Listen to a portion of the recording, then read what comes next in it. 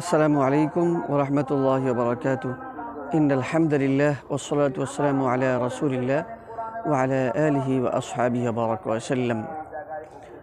ভাইরা আমার, আমরা আল্লাহ তাআলার অনুগ্রহে আমাদের পিতামাতার মাধ্যমে এই পৃথিবীতে এসেছি।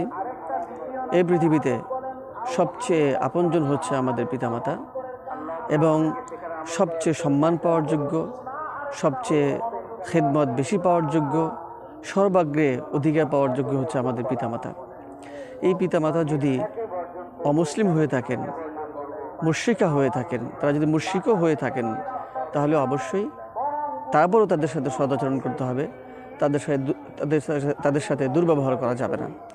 যেমন একটি হাদিসে আসমা বিনতে আবি বকর রাদিয়াল্লাহু আনহু থেকে হাদিসটি, عن أسماء بنت أبي بكر رضي الله عنهما قالت قدمت علي أمي وهي مشركة في عهد قريش إذ عاهدوا النبي صلى الله عليه وسلم والمدة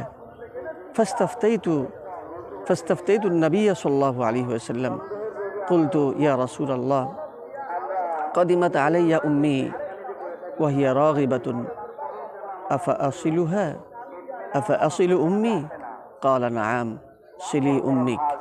অর্থাৎ আসমা বিনতে আবু বকর রাদিয়াল্লাহু আনহু, তার মা যখন মুশরিকা ছিলেন কুরাইশ যুগে, কুরাইশের সাথে যখন চুক্তিবদ্ধ হয়েছিল রাসূল সাল্লাল্লাহু আলাইহি ওয়াসাল্লামের সাথে, এই সময়ে যখন তার মা আসলেন, তার সাথে সদাচরণ পাওয়ার প্রত্যাশী নিয়ে অথবা তার কাছে কিছু পাওয়ার, সুন্দর আচরণ পাওয়ার বা কিছু সহযোগিতা পাওয়ার জন্য তিনি যখন বলা হয়েছে ওয়াহিয়া রাগিবা, কাদিমাত উম্মি আলাইয়া ওয়াহিয়া রাগিবা, অর্থাৎ তিনি এই অবস্থায় তিনি কিছু চাচ্ছেন বা কিছু মন থেকে মেয়ের কাছে আসছেন, অথচ তিনি কুরাইশ, তিনি তখন ইসলাম গ্রহণ করেননি, তাহলে কি তার সাথে তিনি সদাচরণ করবেন কি না?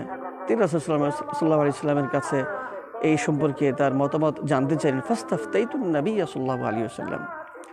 তখন রাসূল সাল্লাল্লাহু আলাইহি ওয়াসাল্লাম বললেন, হ্যাঁ, অবশ্যই সিলি উম্মিক, তুমি তোমার মায়ের সাথে সদাচরণ করবে।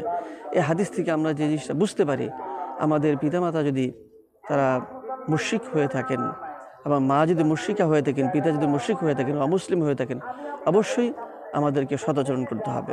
এই কথার মানে হচ্ছে যে সর্বাবস্থায় পিতামাতার সাথে, কোনো অবস্থায় তারা মুসলিম হোক অমুসলিম হোক, সর্বাবস্থায় তাদের সাথে সদাচরণ করতে হবে, সদ্ব্যবহার করতে হবে। আর আমরা যদি আমাদের তাদের সাথে সদাচরণ করি এবং তাদের হক যথাযথভাবে পালন করি, তাদের হক আদায় করি, তাহলে এর মাধ্যমে পরকালে মুক্তি পাওয়া সম্ভব। আল্লাহ তাআলা আমাদের সকলকে আমাদের পিতামাতার প্রতি সুন্দর আচরণ করে জান্নাতে যাওয়ার অন্যতম উপায় হিসাবে যাতে করে আল্লাহ তাআলা সেই তৌফিক দান করেন। আল্লাহ তাআলার কাছে সেই তৌফিক কামনা করে আমি আমার এই সংক্ষিপ্ত কথা শেষ করছি। হাদা ওয়া সাল্লাল্লাহু আলা নবিয়্যিনা মুহাম্মদ। আসসালামু আলাইকুম ওয়া রাহমাতুল্লাহি ওয়া বারাকাতুহু।